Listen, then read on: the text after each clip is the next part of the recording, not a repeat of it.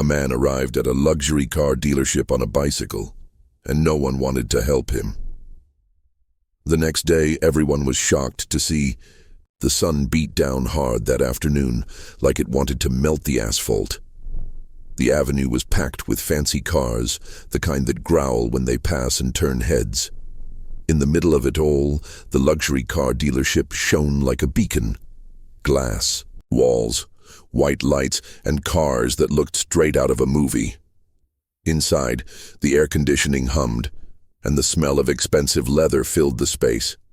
Outside, the heat was hellish, and the noise of buses and motorcycles mixed with the squeak of an old bicycle that screeched to a stop right at the entrance. The man got off the bike with a slow, stiff move, like his legs ached. He was skinny, about 40, with a sharp face tanned by the sun and a couple of wrinkles creasing his forehead. His gray t-shirt was soaked with sweat down the back and under. The arms and his worn jeans had dark stains at the knees. The bike, a rusted relic with a crooked handlebar, leaned against a lamppost, tied up with an old chain that looked ready to snap. He wiped a hand across his face, smearing the sweat, and stared at the dealership with narrowed eyes, like he wasn't sure. Inside, the salespeople were in their own world. 3 guys in slick suits, with crisp shirts and shiny shoes, chatted near a desk. One, a big guy with a gold watch that weighed more than his hand, puffed on an e-cigarette, blowing clouds of vanilla-scented vapor. His name was Reuben, and he was the unofficial boss among them, even without the title. Next to him was Leo, younger, with gelled hair and a phone he couldn't put down, scrolling endlessly. The third, Marcos, was quieter but just as cocky. He adjusted his tie every 2 minutes like someone was watching. "Look at that new Porsche, Reuben," Leo said, pointing at a black car they'd just brought in. "The idiot who buys it is gonna make my day." Reuben let out a barking laugh and took another drag from the vape. "With the commission you'd get, you could buy an apartment, kid. But first you gotta learn to sell, not just watch TikToks." Marcos gave a faint smirk but stayed silent. He was more focused on the receptionist, Carla, who was painting her nails red behind the counter. She was skinny, with dyed blonde hair and big hoop earrings that jingled every time she moved her head. The dealership phone rang now and then, but she ignored it, too busy keeping her fingers clean. That's when the glass door slid open with a soft hum and the man walked in. A blast of heat slipped inside for a second, and everyone turned their heads, more annoyed than curious. The guy stood there, smack in the middle of the showroom, hands shoved in his pockets. His sneakers were torn at the toes, and sweat dripped down his temple. He looked around, slow, like he was taking it all in, the gleaming cars, the bright lights, the smell of newness. His eyes landed on a red Ferrari, parked dead center like it ruled the place. Reuben was the first to speak, not even bothering to lower his voice. "What the hell is this? Who let the bum in?" He laughed hard and elbowed Leo, who glanced up from his phone and snickered too. "Bet he's here to beg for beer money," Leo said, and went back to his screen, like the man wasn't worth another second. The man didn't budge. He stood there, staring at the Ferrari. His shoulders were tense and his hands clenched in his pockets, but his face gave nothing away, no anger, no shame. He just stared like he was alone in the world. Carla set the nail polish down and crossed her arms, giving him a once-over. "Hey, mister, what do you want?" she said, her tone dripping with contempt. "This ain't a bike shop, you know. If you don't have an appointment, get lost." The man turned his head toward her, slow. His eyes were dark, hard, but he didn't say anything yet. He took a step toward the Ferrari, and the sound of his sneakers on the spotless floor felt like an insult in that cold silence. Reuben clicked his tongue and stepped closer, still holding the vape. "Hey, buddy, didn't you hear?" he said, raising his voice. "There's nothing here for you. What are you gonna do, buy a car with spare change?" Leo let out another chuckle, and Marcos, still silent, shook his head and looked away, like he was embarrassed for the guy. The man lifted his eyes from the Ferrari and locked them on Reuben. For a second, it seemed like he'd say something, but he just took a deep breath and stayed quiet. "Excuse me," he said finally, his voice low and rough, almost a whisper. "I'd like to talk to someone about that car." He nodded toward the Ferrari. Silence. Reuben's eyes widened like he couldn't believe his ears. Then he burst into a laugh that echoed through the showroom. "Did you hear that, boys? He wants to talk about the Ferrari." He turned to Leo and Marcos, who were already cracking up. "What are you gonna do, man? Pay for it with food stamps?" The man's jaw tightened, but he didn't reply. His fingers twitched in his pockets, and the sweat ran down his neck, leaving a dark stain on his shirt. Carla rolled her eyes and went back to her nails. "Get out, seriously," she said, not even looking at him. "We don't have time for losers." He didn't move. He stood there planted, staring at the Ferrari like it was the only thing that mattered. The salespeople went back to their business, Reuben puffing vapor, Leo on his phone, Marcos fiddling with his tie. To them, the guy was already gone. A joke, a nuisance, a ghost not worth the air he breathed. But then Pablo showed up. Pablo was the new guy, the one who still didn't get how this place worked. 23, skinny as a rail, with messy black hair and a gray suit that hung off him like it belonged to someone else. He'd been there 2 weeks and hadn't sold a damn thing. The others treated him like a gopher. "Get coffee. Take these papers. Shut up and learn." He did it because he had to. His mom was sick, and the base pay barely covered the bills. That afternoon, Pablo was in the back office, sorting invoices no one asked him to sort, when he heard the laughter. He peeked out the door and saw the man standing in the middle of the showroom with the salespeople cackling like hyenas. Something about the guy's face stopped him. It wasn't anger, it wasn't sadness, it was something else. Pride, maybe, or exhaustion. Pablo didn't know, but it twisted his gut. He stepped out of the office, hands sweaty, and walked toward the man. The others saw him and went quiet for a second, surprised. "Hey, Pablo, what are you doing?" Reuben said, half mocking, half annoyed. "Gonna play salesman with the beggar?" Pablo didn't answer. He stopped in front of the man and scratched the back of his neck, nervous.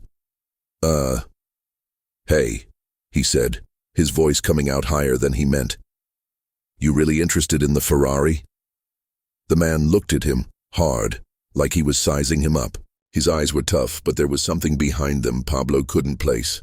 "Yeah," he said, short and sharp. "I want to know everything." Reuben barked another laugh, louder this time, and slapped the desk. "Listen to the kid. He wants to know everything." He turned to Leo. "This Pablo's a genius, huh? Gonna sell a Ferrari to the bike bum." Leo cracked up too.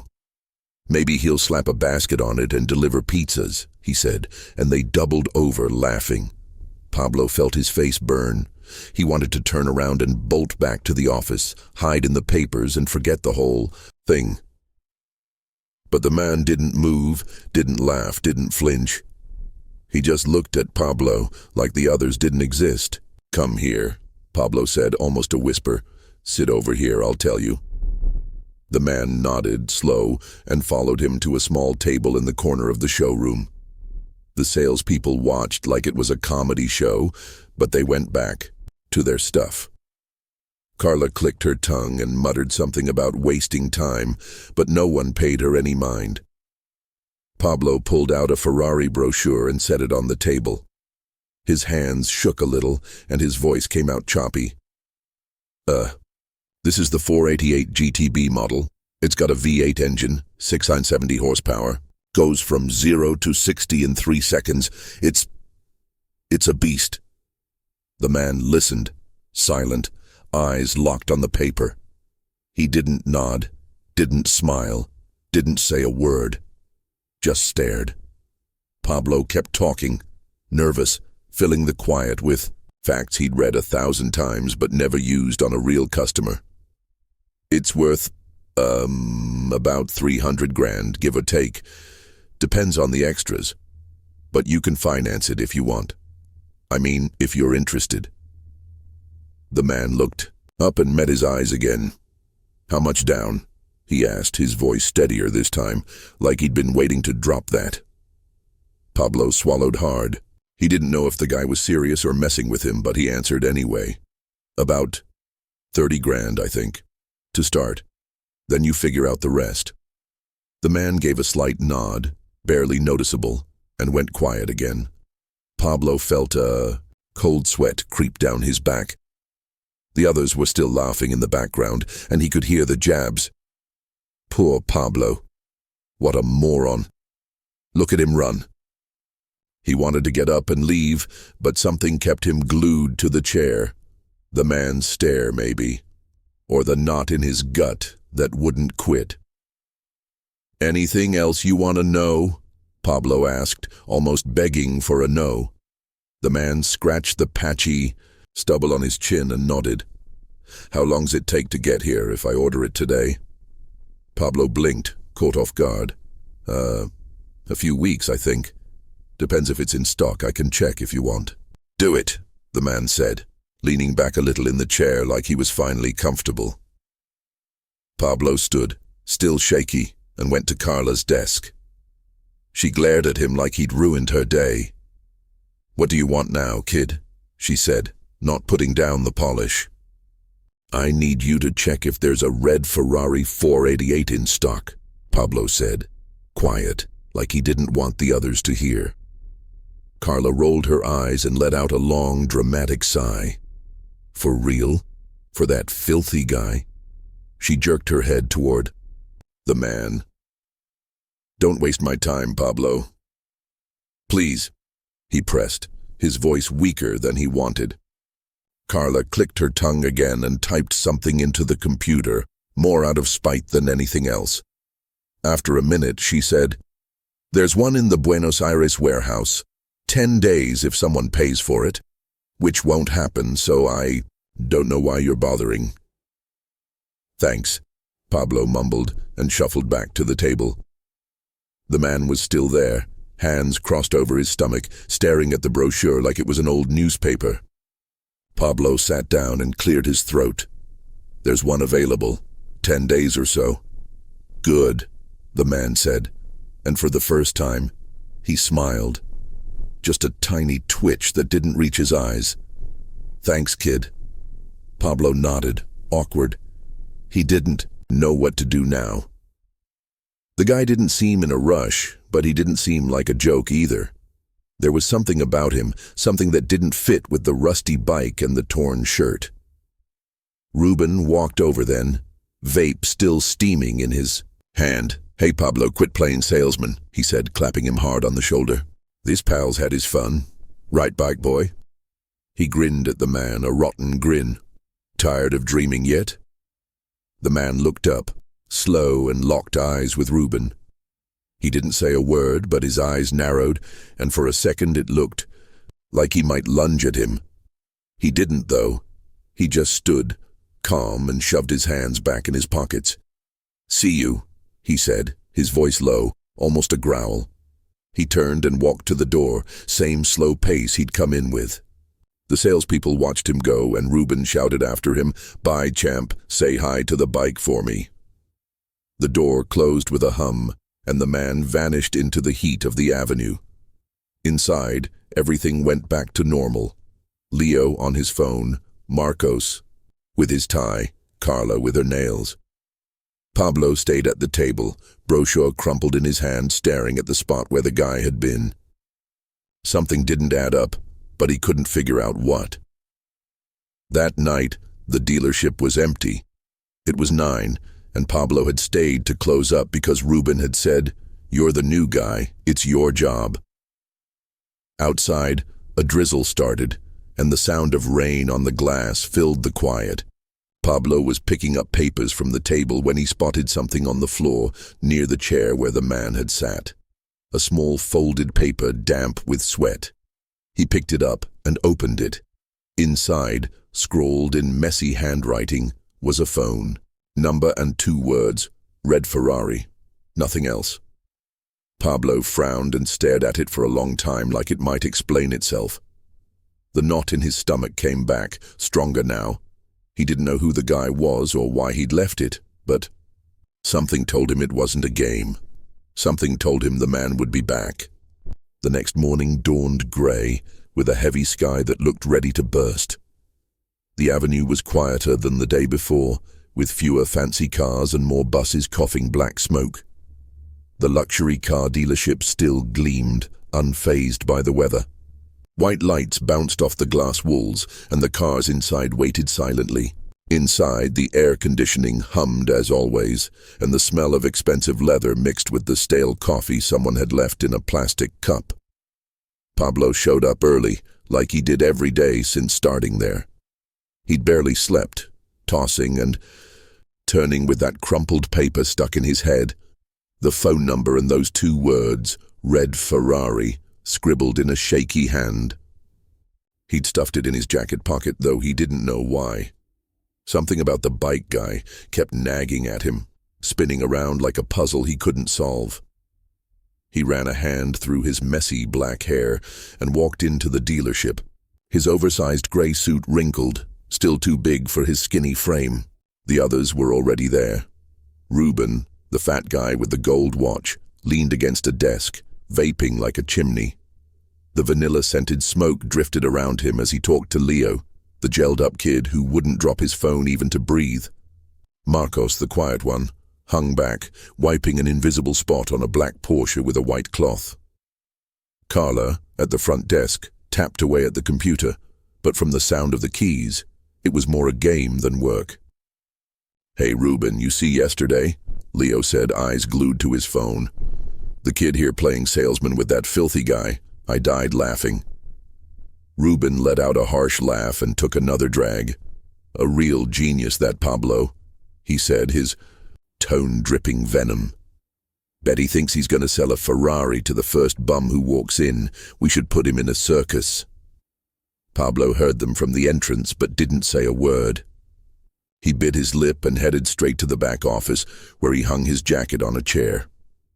The paper was still in the pocket, and for a second he thought about pulling it out to look at it again, but he didn't. Instead, he grabbed a stack of old invoices and started sorting them, like that might untie the knot in his stomach. "Pablito, grab some coffee. Come on," Ruben yelled from the showroom, and the others snickered. Pablo took a deep breath and stepped out with his head down. He went to the coffee machine, filled a plastic cup, and brought it over without looking at anyone. Ruben took it with a crooked grin. "Thanks, champ," he said, slurping loudly. "Learn to sell instead of playing waiter, huh?" Pablo nodded faintly and shuffled back to the office. He didn't want a fight. He couldn't afford one. He needed the job, and going at Ruben was like punching a wall. You got nothing out of it except a busted hand. The day dragged on, slow and heavy. A couple of real customers came in, a guy in an expensive suit who eyed a Lamborghini, and a woman with sunglasses asking about a BMW. Ruben and Leo bickered over who'd take them, while Marco stayed back, watching. Pablo didn't get near. He knew they wouldn't let him touch a sale. Carla answered a few calls, but mostly she painted her nails a deeper red than the day before. It was around noon when the glass door hummed again. Pablo was in the office, halfway through an invoice, when he heard the sudden quiet in the showroom. Ruben and Leo's laughs cut off sharp, and even Carla's typing stopped. He poked his head out and saw him, the bike guy, walking in with slow, steady steps. He didn't have the bike this time. He came on foot, wearing the same sweaty gray t-shirt, torn jeans, and muddy sneakers. The sweat had dried into dark patches on his shirt, and his short dark hair stuck to his forehead from the humidity. But something was different. He walked straighter, shoulders squared, and his dark eyes burned with a mix of anger and something else Pablo couldn't pin down. Ruben reacted first. He let out a dry laugh and crossed his arms. "Well, look who's back," he shouted, his voice bouncing off the glass. "The bike bum's got guts, boys." Leo glanced up from his phone and laughed too, loud, like it was the joke of the year. "What's up, pal? Tired of peddling and here to dream again?" he said, stepping closer with his hands in his suit pockets. The man didn't answer.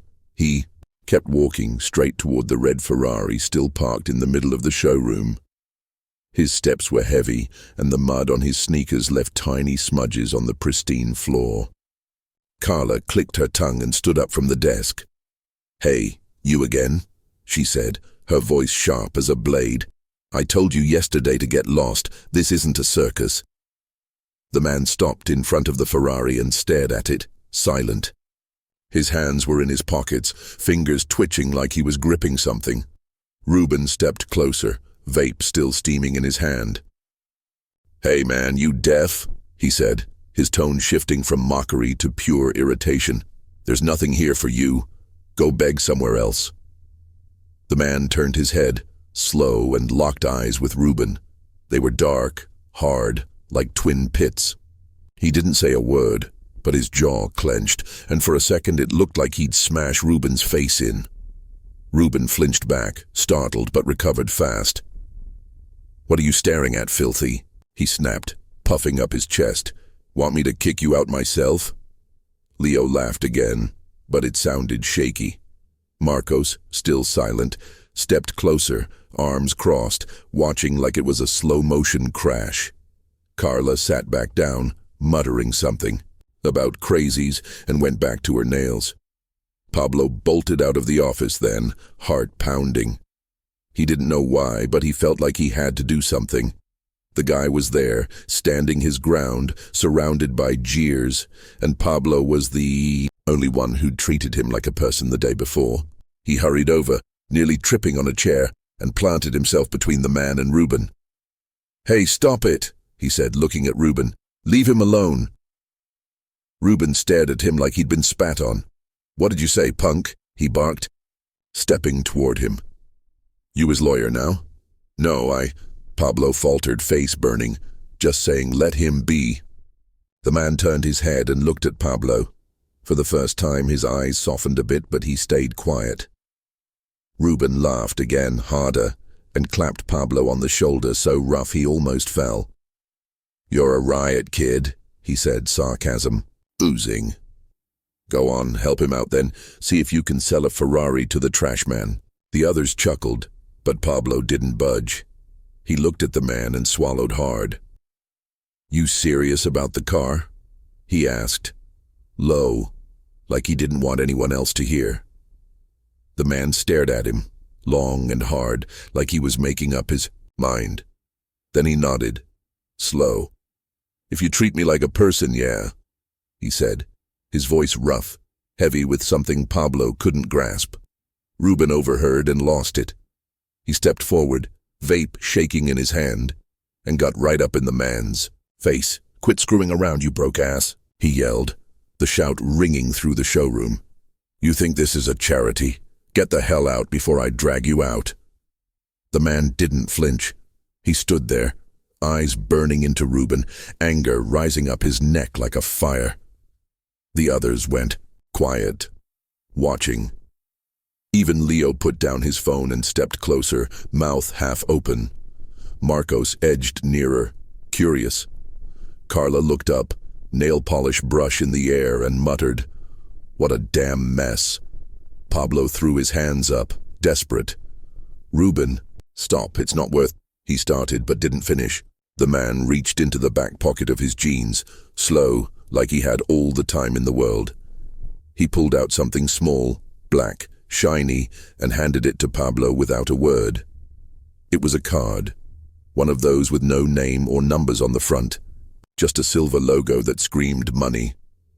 Pablo stared at it, confused, then back at the man. "Swipe it," the man said, sharp and cold, eyes still on Reuben. Reuben frowned, still fuming. "What the hell's that?" he snapped, leaning in to see. "Some stolen card. You're a real slick one, huh?" Pablo didn't know what to do. The card felt heavy in his hand, cold and smooth, and something told him it wasn't a joke. He glanced at the man, looking for a hint, but the guy just stared back, ignoring Ruben like he wasn't even there. Just then, the back office door slammed open. It was the manager, a short, bald guy with thin-framed glasses, storming out with a pissed-off look. His name was Gerardo, and everyone was scared of him because he'd yell over anything. He saw the man, Ruben shouting, Pablo holding the card, and threw his hands up like he wanted to strangle them all. "What the hell's going on here?" he shouted, his high-pitched voice slicing the air. "Why are you turning my dealership into a damn circus?"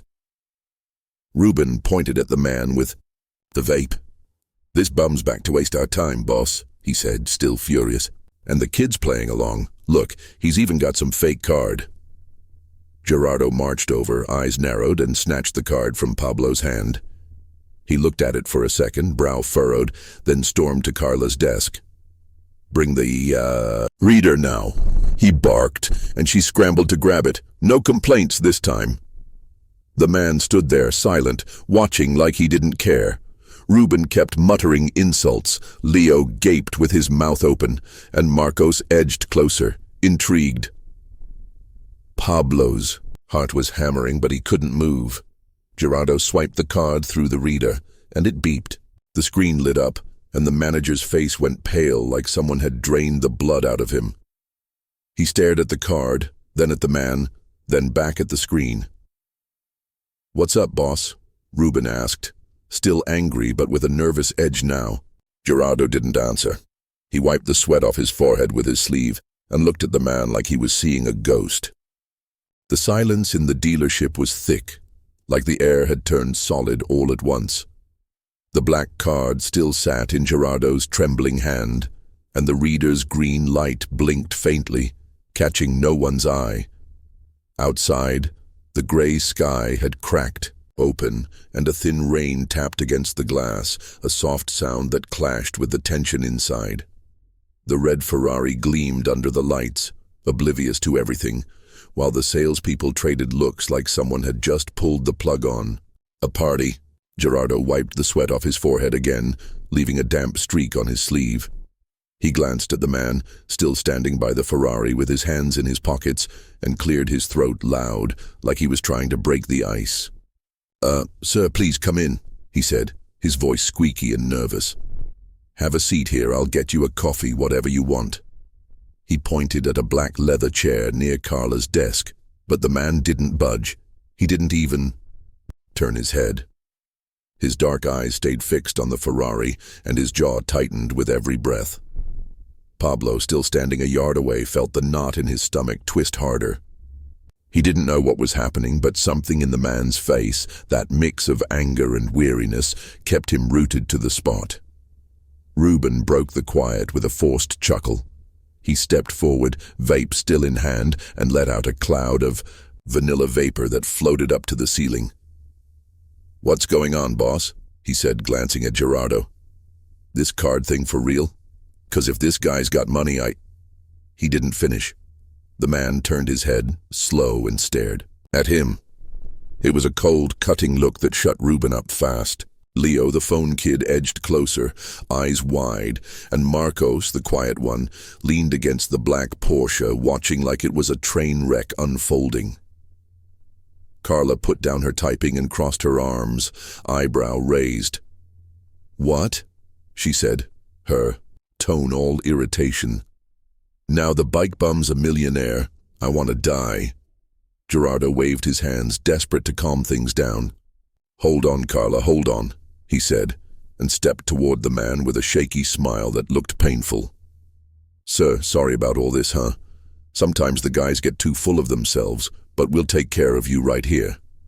What do you need? The Ferrari? We'll fix it up right now." The man didn't respond.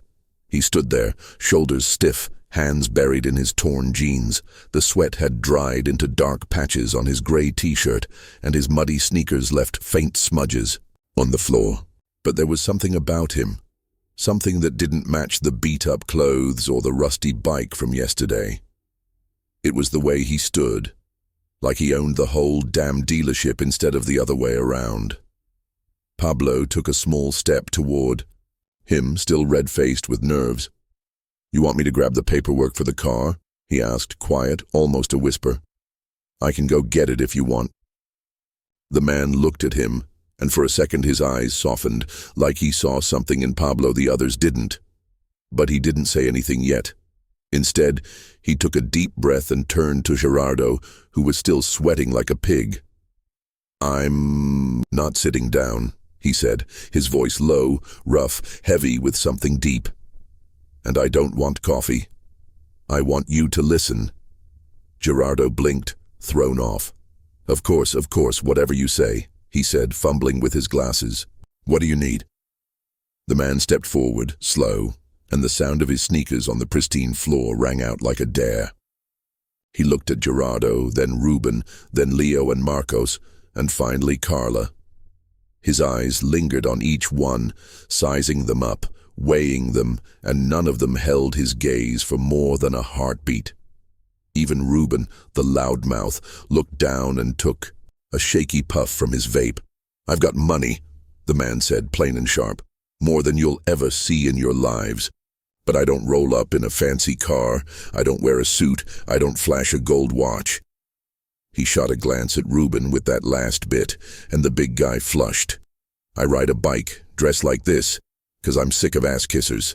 I want to be treated normal like any guy who walks through that door. Not like a king." His voice cracked on that last word, and for a moment it seemed like he'd say more. But he stopped. He ran a hand over his face, wiping off a crust of dried sweat, and took another deep breath. Pablo felt a chill, like the air had dropped 10 degrees. The others stood there, silent, staring at the man like he was some kind of freak.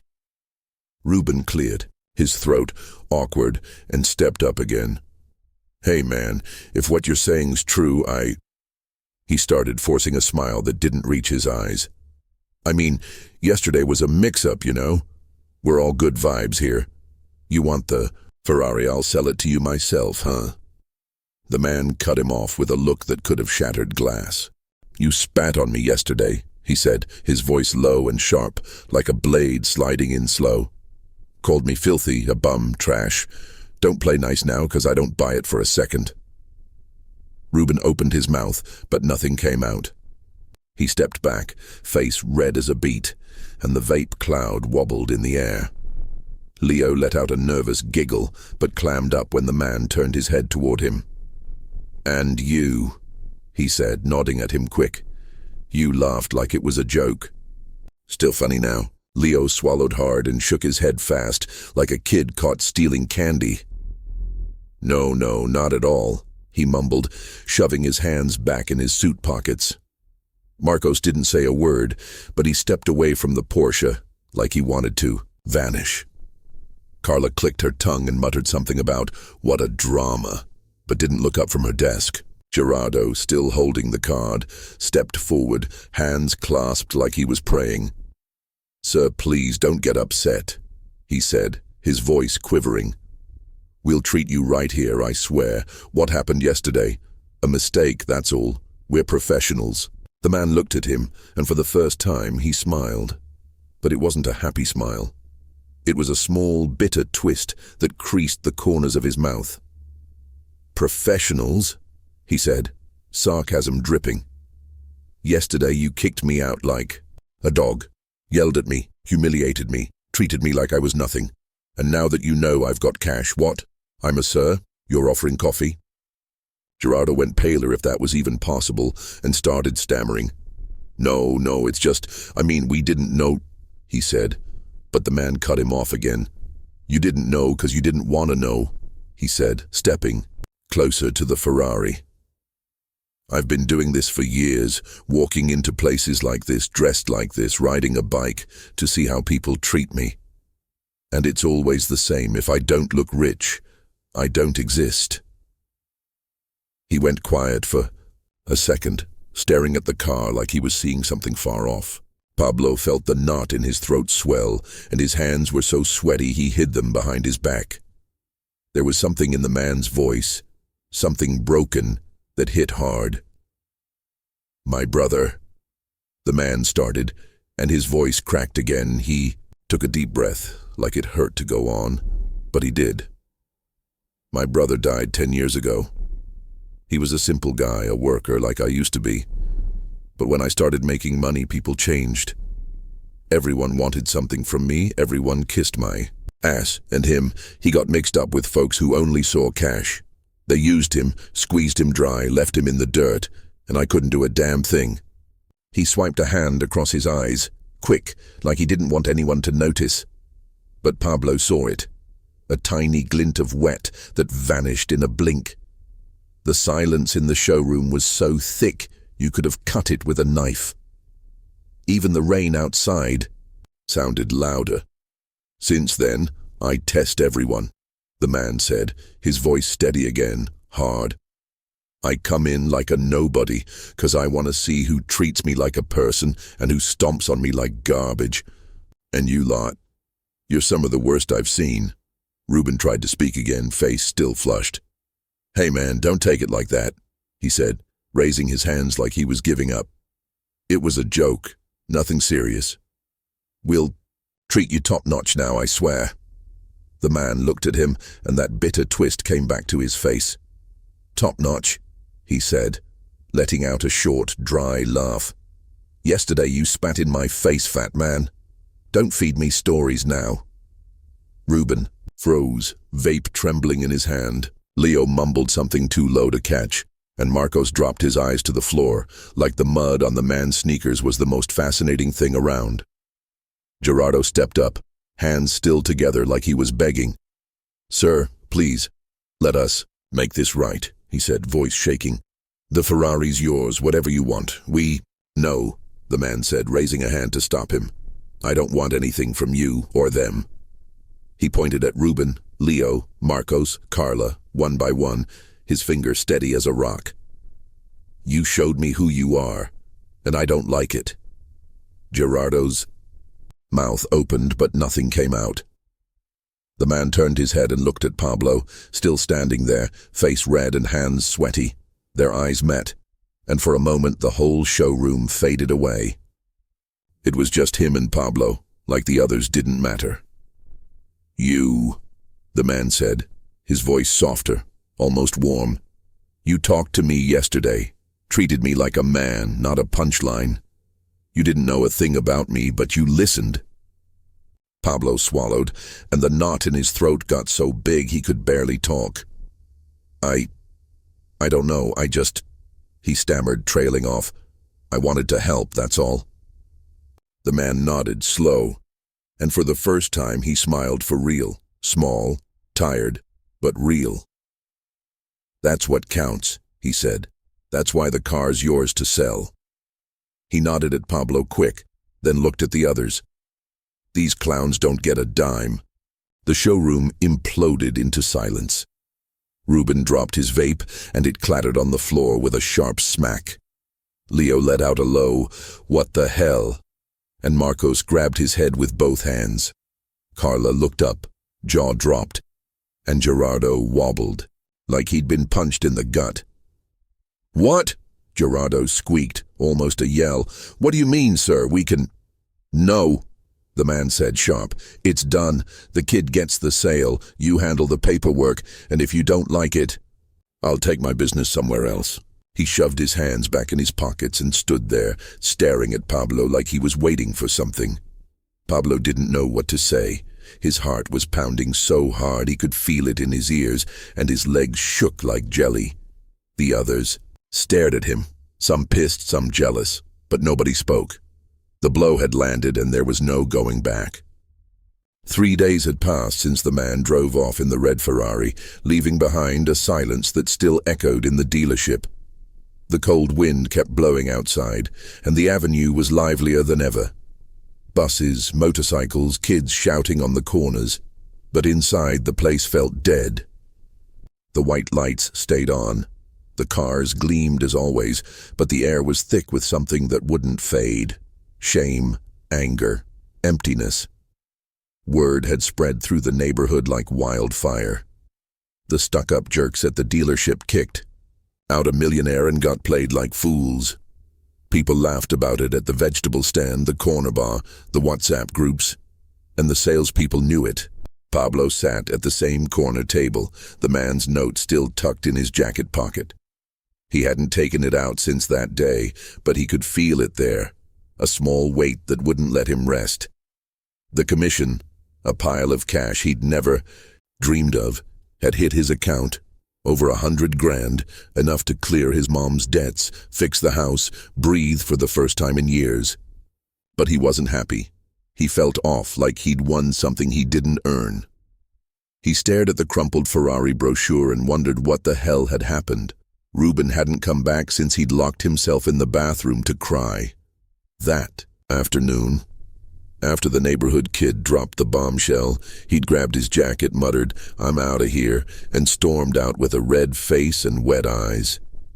No one knew if he'd quit for good or just needed a breather, but his usual spot by the desk was empty, and the vanilla vape smell was gone. Leo still showed up, but he barely talked. He spent his time staring at his phone, scrolling endlessly, with bags under his eyes down to his chin. Marcos kept coming too, polishing cars that didn't need it, but slower now, like he didn't care. And Carla was still Carla, cursing everything, painting her nails, sending voice messages. But even she was quieter. Gerardo, the manager, was worse off than ever. He rolled in late, shirt wrinkled and glasses crooked and spent. His days holed up in the office, yelling into the phone with someone from headquarters. The rumor had reached the big bosses, and sales were tanking hard. The usual clients, the suit guys, the rich ladies, weren't showing up, and the few who did gave weird looks, like they knew something. The dealership was tainted, and everyone felt the weight. That morning, Pablo was in the back office sorting invoices when he heard the glass door hum. He looked up, expecting another lost customer, but his heart skipped when he saw who it was. The man was back, stepping in slow, wearing the same sweaty gray t-shirt and torn jeans. He didn't bring the Ferrari or the beat-up taxi this time. He came on foot, hands in his pockets, face weathered by the wind. His dark eyes glinted with something Pablo couldn't read. "Hey, look who's here," Leo said from the showroom, his voice flat, no trace of mockery now. Marcos set the cloth down on a white BMW and edged closer, silent. Carla glanced up from her desk and muttered, "What a pain, this guy." Pablo bolted out of the office, nearly tripping over a chair, and stopped in the middle of the showroom. The man walked straight to the corner table where they'd first talked, looking around like he wanted to memorize it all again. Gerardo rushed out of the back office, shirt unbuttoned and hair a mess. "Sir, what a surprise," he said, his squeaky voice shaking. "How can we help you today?" The man didn't answer right away. He stopped by the table, scanning the empty showroom, then turned to Gerardo. "I'm not here to buy anything," he said, blunt, with that rough voice that cut like a razor. "I came to talk." Gerardo swallowed hard and fixed his glasses. Of course, come this way." He started, but the man cut him off. "No," he said, pointing at the table. "Here's fine."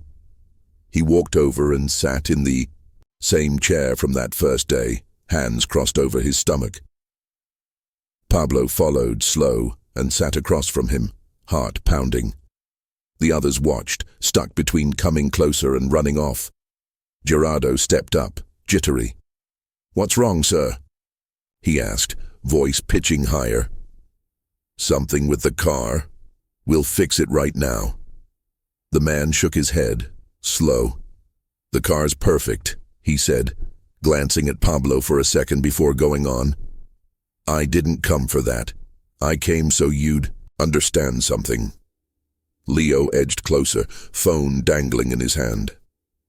"Understand what?" he said, a thread of anger in his voice. "You already took the Ferrari. What else you want?" The man looked at him, eyes narrowing a bit. "I want you to get what you did," he said, his voice dropping lower, heavier. "I didn't come here for the car. I came for you. For how you treat people." Gerardo threw his hands up, frantic. "To smooth things over. Sir, we've already apologized. he said, almost pleading. It was a screw-up, a bad day. Don't take it personal. The man smiled, but it was that bitter twist from before, the one that didn't touch his eyes. A bad day, he said, letting out a dry laugh. You threw me out like a stray, yelled at me, humiliated me, treated me like dirt, and I'm not the only one, am I? How many others walked in here and left with the same anger? No one answered. Leo dropped his eyes to the floor, and Marcos crossed his arms, looking away. Carla clicked her tongue and muttered, "What a soap opera, God." The man snapped his head toward her fast. "Soap opera," he said, voice sharp. A soap opera's losing someone because people only see money. A soap opera's getting stepped on because you don't look like much. That's a soap opera. What you did is pure crap. Carla opened her mouth but shut it quick. She sat there silent, nails half-painted, and for once looked like she didn't want to fight. Gerardo stepped back like he wanted to hide, and Leo mumbled something too low to hear. Pablo felt the knot in his throat creep back. He looked at the man and mustered the nerve to speak, voice shaky. "Then why'd you come back?" he asked. "If you got the car already, what for?" The man met his eyes, and they softened again, like they always did with him. "'Cause you treated me different, kid," he said, voice gentler. "And 'cause they need to know what they lost." He leaned back a bit in the chair and took a deep breath, like he was gathering strength. "I own 3 companies," he said, flat and straight. "I've got more money than I'll spend, in 10 lifetimes. But I don't like showing it off. I don't like people looking at me like I'm a god. That's why I roll up like this, on a bike, in these clothes. I want to see who sees me as a man, not a paycheck. And you, kid, were the only one who did." Pablo swallowed, hands sweating so bad he hid them under the table. "I didn't do anything special," he said, quiet. "Just talk to you." The man nodded, slow. "That's all that matters," he said. "That's why I gave you the sale. 'Cause you didn't care how I looked. The rest." He glanced at Leo, Marcos, Gerardo, one by one. "The rest," spat in my face, "and now they're paying for it." Gerardo flushed red all at once. "What's that supposed to mean?" he snapped, voice squeaking again. "You threatening us?" The man shook his head. "Don't need to threaten," he said, that bitter twist back on his face. "You sank yourselves. People are talking. This place is marked, and I didn't do it. You did." Just then the door hummed again. It was the same neighborhood kid from before, leather jacket and a rotten grin, with another skinny guy in a cap trailing behind, carrying a backpack. "Hey, is it true about the bike millionaire?" the kid said, laughing loud. "They're going nuts about you guys at the bar. Say you're a bunch of stuck-up clowns." Gerardo lunged forward, furious. "Get out of here, you little punks," he yelled, but the kids just laughed harder and bolted, leaving the door wide open. The man stood from the chair, slow, and shoved his hands in his pockets. "That's the weight you're stuck with," he said, looking at Gerardo. "Money comes and goes, cars get sold, but a rep for being assholes, that sticks." He turned to Pablo again and pulled something from his back pocket, another small folded paper. He set it on the table and slid it over. "This is for you," he said, voice low, almost a whisper. "Don't read it now, when you're alone." Pablo took the paper with shaky fingers but didn't open it. He tucked it in his jacket pocket next to the first note and nodded. "Thanks," he said, voice rough. The man didn't reply. He turned and walked to the door, same slow pace he'd come in with that first day. Nobody said a word. Leo stared.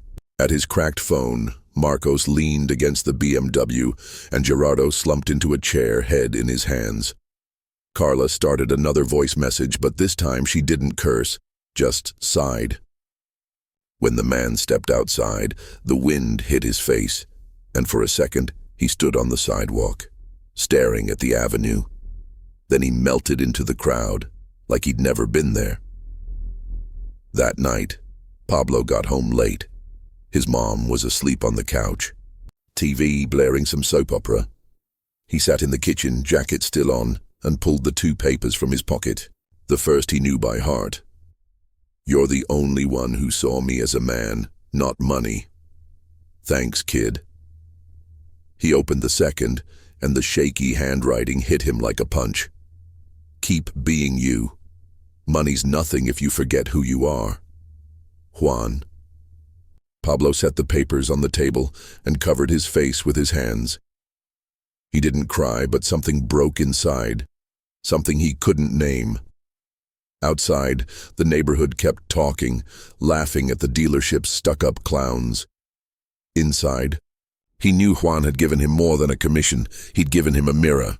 Days later, Ruben quit for real. Leo took off for another job, and Marcos asked for a transfer to a different branch. Carla stuck around, but she quit painting her nails and started helping customers with a sour face. Gerardo kept fighting on the phone, but the dealership never bounced back. The locals called it the bike guy's place for months, and sales went down the drain. Pablo used the money to pay off debts and fix the house, but he didn't buy anything for himself. He kept taking the bus to work in that wrinkled gray suit and helped every customer who walked in, even if they came in ragged or lost. And sometimes, on slow days, he'd look out the window and wonder where Juan was, pedaling that old bike, looking for someone else to see him as a man. 3 days had passed since the man drove off in the red Ferrari, leaving a silence that still hung over the dealership like a fog. The cold wind kept cutting through outside, and the avenue buzzed with life. Buses groaning, motorcycles revving, kids yelling on the corners. But inside, the place felt like a graveyard. The white light stayed on, the cars shone as always, but the air was heavy with something that wouldn't lift. Shame, anger, nothing. The rumor had spread through the neighborhood like wildfire. The stuck-up clowns at the dealership kicked out a millionaire and got made fools. People laughed about it at the vegetable stand, the corner bar, the WhatsApp groups, and the salespeople felt it. Pablo sat at the same corner table, the man's note still tucked in his jacket pocket. He hadn't pulled it out since that day, but it weighed on him, a small burden he couldn't shake.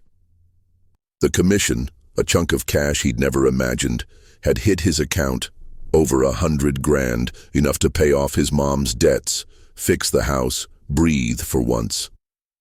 But he wasn't happy. He felt strange, like he'd won something he hadn't earned. He stared at the crumpled Ferrari brochure and wondered what the hell had happened. Ruben hadn't come back since he'd locked himself in the bathroom to cry. That afternoon, after the neighborhood kid dropped the bomb, he'd grabbed his jacket, muttered, "I'm out of here," and bolted with a red face and glassy eyes. No one knew if he'd quit for good or just needed air, but his spot by the desk stayed empty, and the vanilla vape smell was gone. Leo still showed up, but he barely spoke. He stared at his phone, scrolling endlessly, with bags under his eyes down to his jaw. Marcos kept coming too, polishing cars that didn't need it, but slower now, like he'd lost the will. And Carla was still Carla, cursing everything, painting her nails, sending voice messages. But even she was quieter. Gerardo, the manager, was a wreck. He rolled in late, shirt wrinkled and glasses crooked, and spent his days holed up in the office, yelling into the phone with someone from the top. The rumor had reached the big shots, and sales were plummeting. The usual clients, the suit guys, the rich women, stopped coming, and the few who did gave odd looks like they knew something. The dealership was stained, and everyone carried the load. That morning, Pablo was in the back office sorting invoices when he heard the glass door hum. He looked up, expecting another stray customer, but his heart jumped when he saw who it was. The man was back, stepping in slow, wearing the same sweaty gray t-shirt and torn jeans. He didn't bring the Ferrari or the old taxi this time. He came on foot, hands in his pockets, face weathered by the wind. His dark eyes flickered with something Pablo couldn't pin down. "Hey, look who's back," Leo said from the showroom, voice dull, no mockery left. Marco set the cloth down on a white BMW and stepped closer, quiet. Carla glanced up from her desk and muttered, "This guy's got a knack for trouble." Pablo rushed out of the office, nearly tripping over a chair, and stopped in the middle of the showroom. The man walked straight to the corner table where they'd first talked, scanning the place like he wanted to burn it into his memory. Gerardo burst out of the back office, shirt unbuttoned and hair a mess. "Sir, what a surprise," he said, his squeaky voice trembling. "How can we help you today?"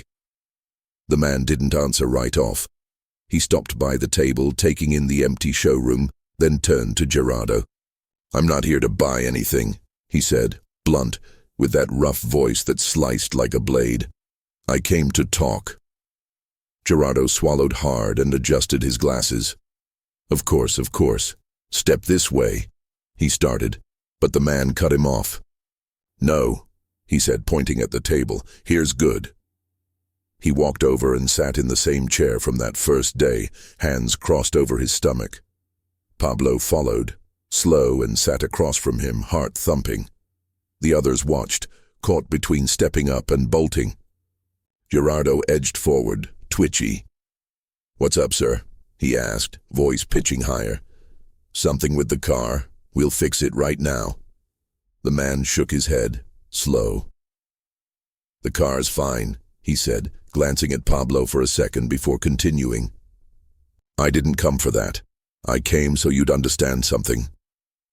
Leo stepped closer, phone hanging in his hand.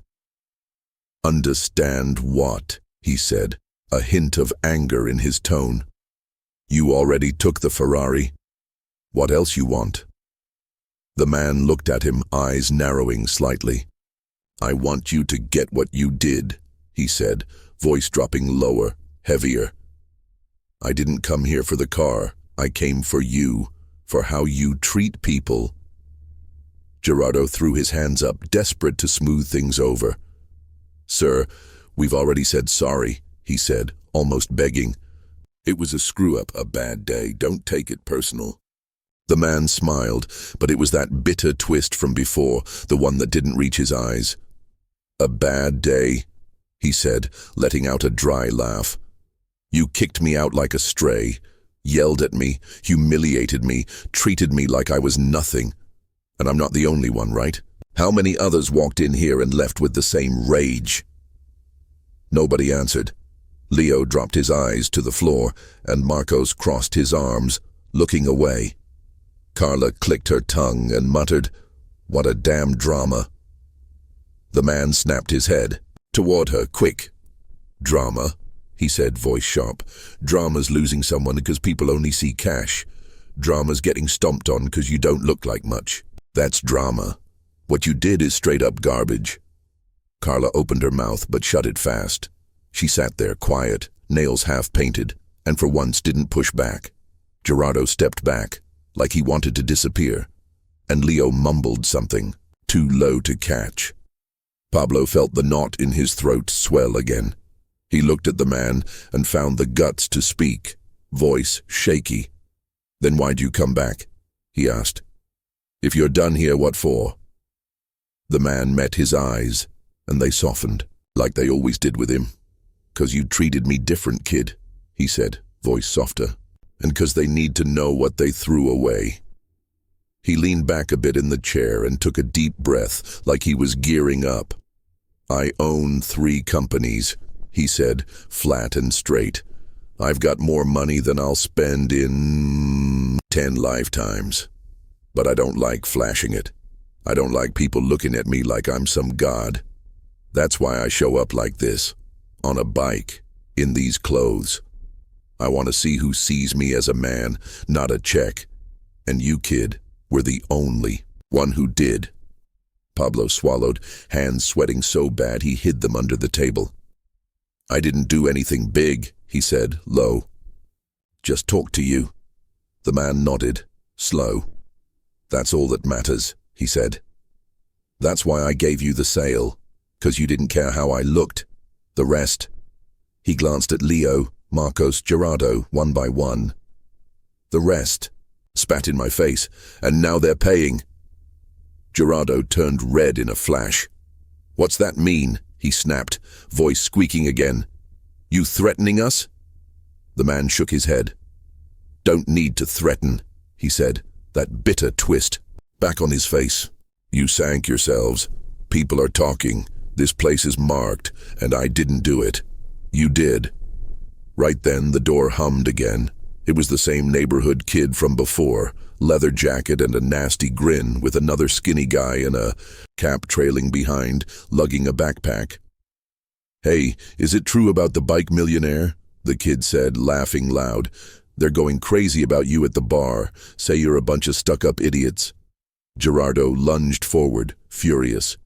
Get out of here, you little punks, he yelled. But the kids just laughed harder and took off, leaving the door wide open. The man stood from the chair, slow, and shoved his hands in his pockets. That's the weight you're stuck with, he said, looking at Gerardo. Money comes and goes, cars sell, but a rep for being jerks? That doesn't wash off easy.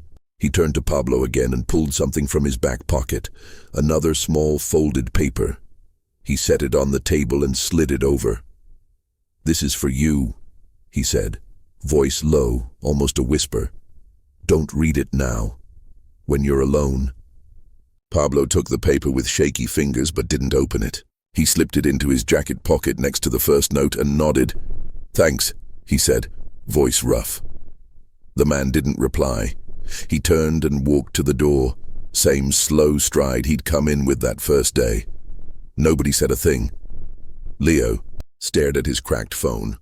Marcos leaned against the BMW, and Gerardo slumped into a chair, head in his hands. Carla started another voice message, but this time she didn't curse, just sighed. When the man stepped outside, the wind hit his face, and for a second he stood on the sidewalk, staring at the avenue. Then he blended into the crowd, like he'd never been there. That night, Pablo got home late. His mom was asleep on the couch, TV blaring a soap opera. He sat in the kitchen, jacket still on, and pulled the 2 papers from his pocket. The first he knew by heart. You're the only one who saw me as a man, not money. Thanks, kid. He opened the second, and the shaky handwriting hit him like a fist. Keep being you. Money's nothing if you forget who you are. Juan. Pablo set the papers on the table and covered his face with his hands. He didn't cry, but something cracked inside, something he couldn't name. Outside, the neighborhood kept buzzing, laughing at the dealership's stuck-up fools. Inside, he knew Juan had given him more than a commission. He'd given him a mirror. Days later, Ruben quit for real. Leo bounced to another job, and Marcos asked for a transfer to a different branch. Carla stuck around, but she ditched the nail polish and started helping customers with a sour face. Gerardo kept battling on the phone, but the dealership never recovered. The locals called it the bike guy's place for months, and sales tanked. Pablo used the money to clear the debts and fix the house. But he didn't buy anything for himself. He kept riding the bus to work in that wrinkled gray suit and helped every customer who walked in, even if they came in ragged or lost. And, sometimes on quiet days, he'd look out the window and wonder where Juan was, pedaling that old bike, looking for someone else to see him as a man.